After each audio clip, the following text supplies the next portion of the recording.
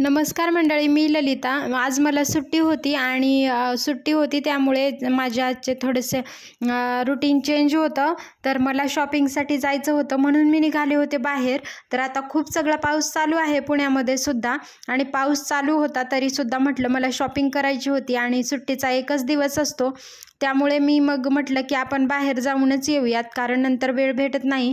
आणि जाताना सुद्धा खूप सगळं ट्रॅफिक होतं आणि पाऊस सुद्धा तेवढाच होता।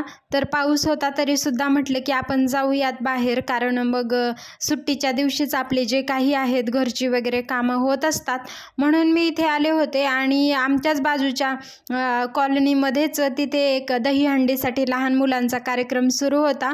दहीहंडीचं ते नियोजन त्यांनी केलं होतं आणि त्यांचं सगळं नियोजन चाललं होतं। तर म्हटलं कॉलनीमध्येच पुण्यामध्ये सुद्धा अशा प्रकारे दहीहंडी साजरी केली जाते। प्रत्येक लहान मुलं असो किंवा मोठी मुलांचा ग्रुप असो, तर ते अशा प्रकारे दहीहंडी साजरी करत असतात। रस्त्याने सुद्धा कॉलनीतून आल्यावर बघा खूप सगळं पाणी होतं आणि पाऊस आहे, त्यामुळं मग रस्त्याने सुद्धा इकडे खूप सगळं पाणी असतं आणि प्रवास करायला खूप त्रास होत असतो।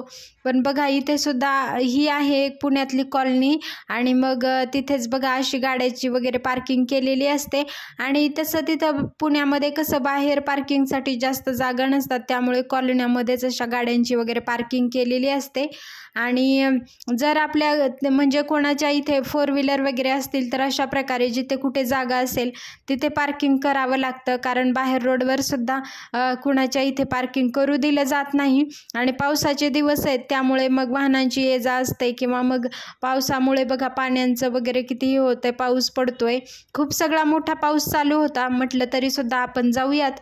आणि मग मी कुठे निघाले होते शॉपिंगसाठी हे मी तुम्हाला पुढे नक्की दाखवते, तर व्हिडिओ शेवटपर्यंत नक्की बघा। आता इकडे सुद्धा पाऊस आहे, त्यामुळे पावसामुळे बाहेर पडायला नको वाटतं, पण म्हटलं की आहे आजचा वेळ तर म्हटलं जाऊयात। आणि माझ्यासाठी खूप स्पेशल असं शॉपिंग करायचं आहे मला, तर कुठे जाणार आहे हे मी तुम्हाला दाखवते व्हिडिओमध्ये, तर व्हिडिओ शेवटपर्यंत नक्की बघा। आणि असेच माझे नवनवीन व्हिडिओज पाहण्यासाठी आणि पुण्यातलं जीवन वगैरे पाहण्यासाठी, कशाप्रकारे आपण इथे म्हणजे मी राहते किंवा पुण्यामध्ये राहताना कशा प्रकारे गोष्टी मॅनेज कराव्या लागतात, आपली नोकरी, आपलं म्हणजे घर वगैरे कशा प्रकारे सांभाळाव्या लागतात, हे पाहण्यासाठी माझ्या चॅनलला नक्की सबस्क्राईब करा। आणि मी आले होते इथे रहाटणीमध्ये जी ब्रँच आहे दिलीप सोनीगरा यांची, इकडे मला जायचं होतं आणि मी दिलीप सोनीगरा ज्वेलर्सच्या इथे आले होते। मला काही ज्वेलरीचं शॉपिंग करायचं आहे, तर काय शॉपिंग करायचं हे मी तुम्हाला दाखवते। इकडे सुद्धा खूप सगळा पाऊस होता आणि पावसामुळे खूप सगळं म्हणजे बाहेर पडायला नको वाटत होतं, पण मला ज्वेलरीचं शॉपिंग करायचं होतं आणि म्हणून मी इथे आले होते। तर मी इथे आल्यानंतर बघत होते मंगळसूत्र डिझाईन, मला मंगळसूत्र खरेदी करायचं आहे।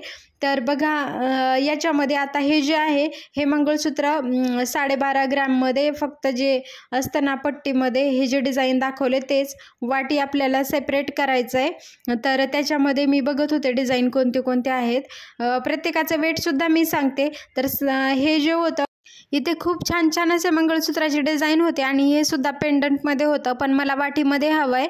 आणि मी बघत होते तर त्यांनी मला सांगितलं की मला ज्या वेटमध्ये हवं होतं ते मी बघत होते 9 ग्रॅम ते 12.5 ग्रॅममध्ये जे साखळी आहे त्याचं वेट बघत होते। आणि वाटीमध्ये मी आधी शॉपिंग केलेलं आहे, त्यामुळं मला फक्त पट्टीमध्येच डिझाईन घ्यायचं होतं, सिलेक्ट करायचं होतं। त्यांनी मला 6 ते 7 ग्रॅमपासून ते खूप सगळे डिझाईन दाखवले। हे तर आता 4-4.5 ग्रॅममध्येच होतं पट्टी, आणि दुसरे जे मी खूप सगळे बघितलेले आहेत तर तुम्ही नक्की बघा, हे 8.5 ग्रॅममध्ये होतं। अशा प्रकारे त्याचं पट्टीचं डिझाईन वगैरे होतं। यांच्याकडे तसे खूप सगळे डिझाईन्स अवेलेबल होते। मला प्लेन साखळीमध्ये बघायचं होते अजून काही, ते मी बघून घेतले आणि माझं ते जे होतं ते मी सिलेक्ट करून दिलं होतं त्यांना। मग वाटीमध्ये अजून कोणते कोणते डिझाईन आहेत ते सुद्धा बघितले, आणि मग नंतर मी इथली ऑर्डर वगैरे देऊन मी आले होते बेकरीमध्ये, कारण मला पेस्ट्री घ्यायची होती। म्हटलं बाजूलाच एक बेकरी आहे तर तिथे जाऊयात, आणि इथे आल्यानंतर पेस्ट्री वगैरे बघितल्या। यांच्याकडे केकसुद्धा खूप छान मिळतात, आणि यांच्याकडे केक 300 पासून ते 500 पर्यंत अवेलेबल आहेत। यांच्याकडे चीज केकसुद्धा आता कोणत्या कोणत्या बेकरीमध्ये मिळतात, तर यांच्याकडे चीज केकसुद्धा मिळतात, म्हणून मी इथे बघण्यासाठी आले होते. नंतर पुढच्याच महिन्यामध्ये माझा बड्डे येतो आहे, म्हटलं आपण पण शॉपिंगसाठी थोडंसं तयारी करून ठेवूयात आणि कोणत्या फ्लेवरमध्ये केक कशा प्रकारे मिळतो, कारण माझ्या मैत्रिणींनासुद्धा काही पार्टी वगैरे द्यायची असते, म्हणून मी बघावं म्हटलं. आणि नंतर मला संध्याकाळी जायचं होतं. आज सुट्टी जरी असली तरी मॅम म्हणाल्या होत्या की इव्हिनिंगला क्लिनिक ओपन असणार आहे, म्हणून मी निघाले होते क्लिनिकला जाण्यासाठी. कारण मंगळवारी आमच्या क्लिनिकला सुट्टी असते, पण 2-3 तास मॅडम असणार होत्या, म्हणून पाऊस होता तरीसुद्धा म्हटलं की सुट्टीच्या दिवशी घरीच बसायला पाहिजे. पण मॅम म्हटल्या होत्या की थोडेसे जेवढे काही पेशंट असतील त्या बघून जातील, म्हणून मला पण 1-2 तासासाठी जायचं होतं, म्हणून इकडे रिक्षा बघितली आणि पाऊस होता तरी पण म्हटलं जाऊयात. संध्याकाळची वेळ होती आणि मी आले नंतर क्लिनिकला. मग क्लिनिकला आल्यावर पेशंटच्या अपॉइंटमेंट वगैरे थोडेसेच होते, 2-3च पेशंट होते. आणि नंतर मॅम वीकडेजमध्ये नंतर नसणार आहेत 2-3 दिवस, म्हणून मॅमने पेशंट वगैरे बोलवायला सांगितले होते. तर मग मी आले होते इथे आणि मग पेशंट वगैरे आले होते, त्यांचं कन्सल्टेशन वगैरे झालं. 2-3 पेशंट आले होते, मग त्यांचं झालं आणि प्रोसिजरसुद्धा होते आज. तर मंगळवारी जास्त असे अपॉइंटमेंट नसतात क्लिनिकला, पण बऱ्यापैकी आजसुद्धा कॉल म्हणजे संध्याकाळी येतच असतात पेशंटचे की मॅडम वगैरे आहेत का. OPD झाली आणि मला खायचा होता वडापाव, म्हणून मी आले होते. आमच्या जिथे बाजूला आहे श्री दत्त वडेवाले म्हणून, यांच्याकडे आता वडापाव 20 रुपयाला भेटत असतो. मग मी इथे आले आणि मला खायचा होता वडापाव, म्हणून मी इथेच आले होते. खूप छान यांचा खूप टेस्टी असा वडापाव असतो आणि त्यांची जी लाल लसणाची वगैरे ती चटणी बनवतात, ती चटणी तर एकच नंबर असते, खूप टेस्टी असते. जर तुम्ही इथे राहत असाल तर एकदा नक्कीच विजिट करा आणि हा वडापाव नक्की टेस्ट करा.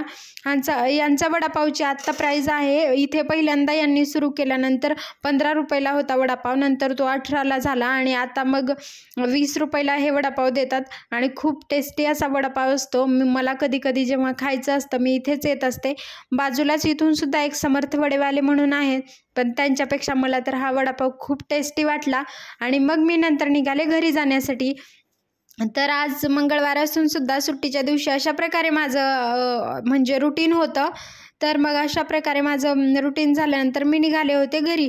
तर माझं जे पुढचं शॉपिंगचा व्हिडिओ आहे तो मी पुढच्या माझ्या व्हिडिओमध्ये नक्कीच दाखवेल आणि मी कोणतं मंगळसूत्र वगैरे खरेदी केले आणि त्याचं वेट काय, प्राईस काय, हे मी तुम्हाला पुढच्या व्हिडिओमध्ये नक्की दाखवते. तर व्हिडिओ माझा तो नक्की बघा आणि माझे असेच नवनवीन व्हिडिओज पाहण्यासाठी माझ्या चॅनलला नक्की सबस्क्राईब करा. भेटूयात पुढच्या व्हिडिओमध्ये. आणि मग नंतर मी निघाले होते. माझ्या मिस्टरांनी म्हटलं की आज पाऊस खूप चालू होता, तर आपण बाहेरच जेवण करायला जाऊयात. मी म्हटलं त्यांना बाहेर नको जायला, आपण घरी पार्सल घेऊनच जाऊयात, म्हणून मी आले होते या हॉटेलमध्ये.